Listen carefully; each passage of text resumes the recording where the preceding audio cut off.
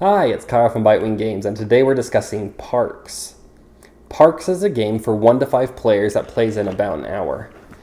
In Parks, you're hiking along a path, gathering resources like sunlight and water, and then using those resources to visit some of the national parks. Each player will have 2 hikers on the path. The path is randomly set up for each of the 4 rounds, or 4 seasons of the year. Players will move their hikers along the path, collecting resources as they go. The catch? Only 1 player can have their hiker on a tile at a time. Also, you can't move backwards on the path, you can only move in one direction.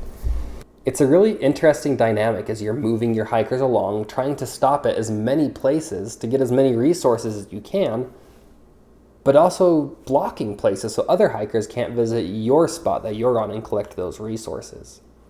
There is an exception to the rule. Once per round, players can extinguish their fire and share a spot with another hiker. After a hiker has reached the end of the path, you have 3 options. Number 1 is to visit a park. You will pay the resources shown on the National Park card, and then you have now visited that park and it becomes yours. Option number 2 is to reserve a park. Maybe you don't have the resources now to visit that park, but you don't want anyone else to get it before you do, so you reserve it to the side so that you can pay to visit it later. The third option is to buy gear. Gear provides bonuses or discounts. For example, it could say something like, all parks that you visit from now on cost 1 sun less to visit. Another type of bonus that each player begins with is a canteen.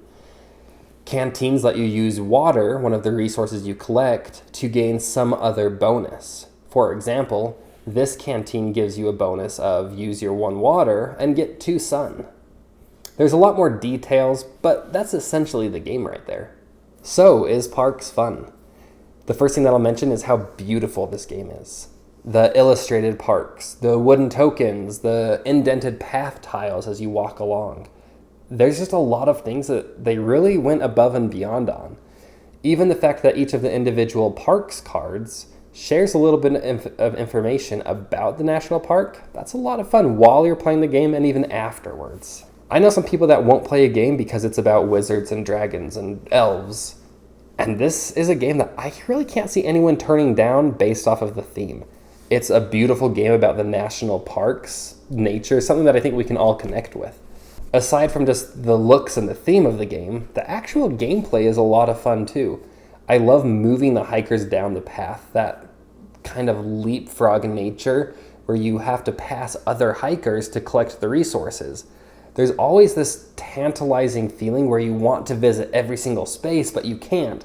And that makes me want to go back to the game over and over again because next time I want to collect more resources and I want to move my hiker in a better way to block you and get past you and things like that. There's a lot of replayability in the game. Each time you play, you will randomly set up this path that you walk down. Each game you'll begin with a new canteen and there'll be different gear that's available for you to acquire. And so there's just enough different things in the game that it makes me want to go back over and over again and play because each game is a little bit unique. I love the method of taking photos in this game, and I haven't mentioned that yet, but in the game there's a space you can land on that lets you pay 2 resources to take a photo, and photos are worth 1 point at the end of the game. But along with taking that 1 point, I also get to take a little camera token. As long as I have that camera token, I only have to pay 1 resource from now on to take a photo. I'm now really incentivized to take photos because it only costs me 1 resource. So then the question is, do all other players just give up and let me have the camera for the whole game and pay 1 token to take another picture? Or are we playing a tug of war the whole game where I can never hold on to it because everyone else is taking pictures too? On to the negatives. The biggest thing for me is that this game always feels too long. The first 3 seasons or rounds of the game, things seem to move pretty smoothly and quickly. But in that very last season, your resources do nothing for you at the end of the game if you can't visit a park.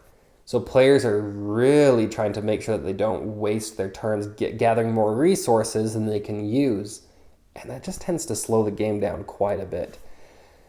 Parks has secret objectives. And typically, I'm a huge fan of secret objectives. I think it's a lot of fun. But in this game, they're only worth 2 or 3 points. That's how much a park is worth visiting.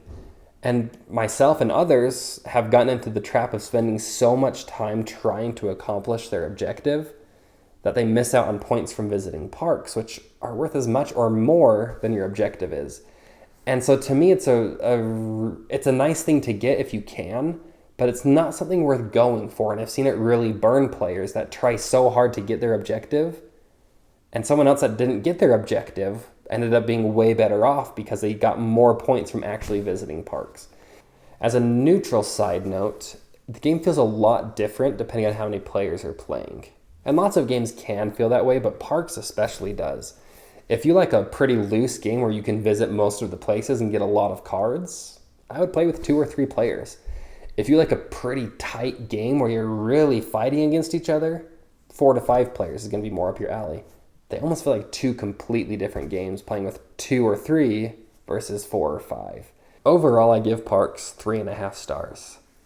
It is one of the most stunning games I have ever seen. It really does catch people's eyes.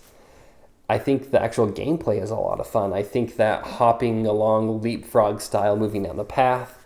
I love the gear and I love the canteens. Being able to manipulate your resources in some way is a lot of fun. I really just wish the game were about 10 minutes shorter because it always feels like it's dragging at the end. But overall, I do recommend this game. I think it's a very, very fun game. I would love to hear what your thoughts are on Parks if you've played it before. Go ahead and let me know in the comments. Until next time.